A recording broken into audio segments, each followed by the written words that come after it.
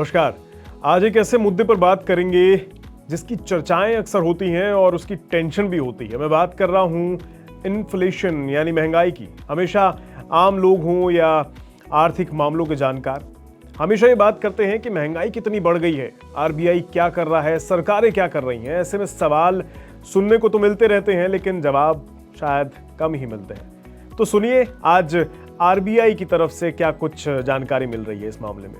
हाल में RBI bulletin में एक आर्टिकल पब्लिश हुआ है जिसमें इन्फ्लेशन और रेट कट पर कुछ जानकारी दी गई है, जिसके अनुसार एक अच्छी खबर आपको बताता हूं। अच्छी खबर यह है कि ओवरऑल महंगाई कम हो रही है क्योंकि कंज्यूमर प्राइस इंडेक्स यानी सीपीआई कम हो रही है। जानकारी के मुताबिक पिछले 6 महीने से यानी नवंबर 2024 से लगातार डाउन ट्रेंड देखने को मिल रहा है। इसमें अप्रैल 2025 में ये दर 3.16% रही, जो कि 69 मंथ्स का लोएस्ट लेवल है और ये आरबीआई के 4% के टारगेट से भी कम है।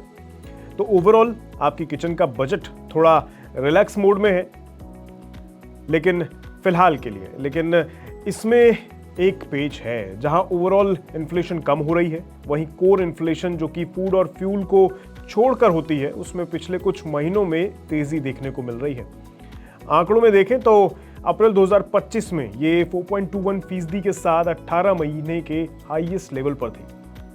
आप सोचेंगे कि ऐसा क्या हो गया जो कोर इन्फ्लेशन बढ़ रही है। इसके पीछे जिम्मेदार है सोने की कीमतें। जी हाँ, आपका गोल्ड जो आपको बहुत पसंद भी है। हाल के टाइम में तो गोल्ड ने तेजी के रिकॉर्ड तक तोड़ दिए हैं और इसी कारण से कोर इन्फ्लेशन ऊपर चली गई है। तो आरबीआई बुलेटिन को जो आर्टिकल छपा है वो ये कहता है कि अगर गोल्ड का इंपैक्ट हटा दें तो असली महंगाई अभी भी कंट्रोल में है। तो इसका क्या मतलब समझ में आता है?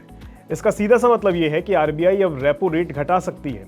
चांसेस है कि जून और अगस्त में RBI back to back rate cut कर सकती है और फाइनेंशियल ईयर 2026 के लिए आरबीआई का जो इन्फ्लेशन आउटलुक 4% है उसे भी कम किया जा सकता है।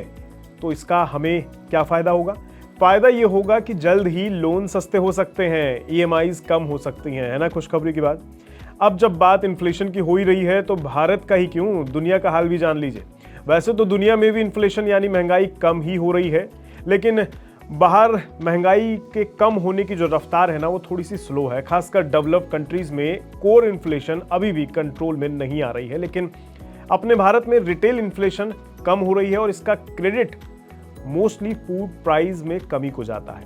अब आप सोच रहे होंगे कि जब दुनिया में सब कुछ सुस्त है, धीरे धीरे हो रहा है, तो अपने यहाँ इतना ठीक से कैसे चल रहा है? इसके पीछे कुछ कारण है। जैसे रबी की अच्छी फसल हो रही है पिछले कुछ समय से, गर्मी की फसलों के लिए खेती का एरिया बढ़ गया है। इससे आगे फूड सप्लाई में कोई परेशानी नहीं होगी, मतलब आने वाले जो महीने हैं वो आसानी से कट जाएंगे। इसके अलावा ग्लोबल कमोडिटीज मार्केट जो है ना उसमें भी कुछ हरकत देखने को मिल रही है।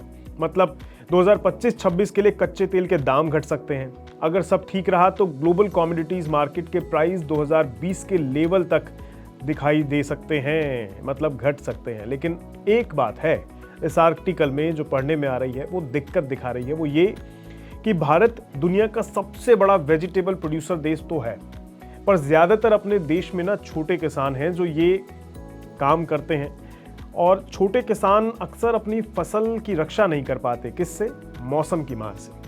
वो मौसम की मार से बचा नहीं पाते फसलों को, इसलिए अगर देश में मौसम का मिजाज बिगड़ गया तो फिर दिक्कत आ सकती है हमारे लिए भी। और फूड इन्फ्लेशन में जिसमें अभी थोड़ा आसानी दिखाई दे रही है उसमें वॉलेटिलिटी देखने को मिल सकती है, उतार चढ़ाव देखने को मिल सकता है।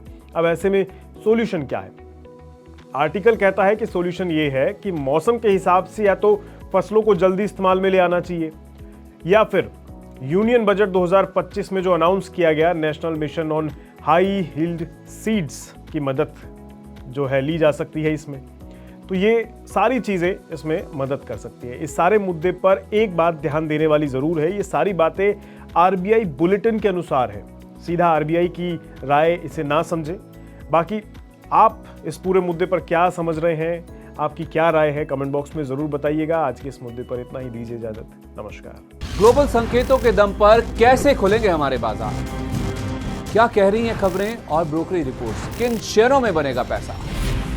बाजार खुलने के बाद क्या खरीदें, किन शेयरों को करें पोर्टफोलियो से बाहर? कैसा रहा बाजार का दिन भर का कारोबार, कैसे तैयार करें कल के बाजार की स्ट्रैटेजी, इन सब सवालों के जवाब जानिए मेरे साथ ओपनिंग बज और क्लोजिंग बज में इन वक्त पर सिर्फ मनी 9।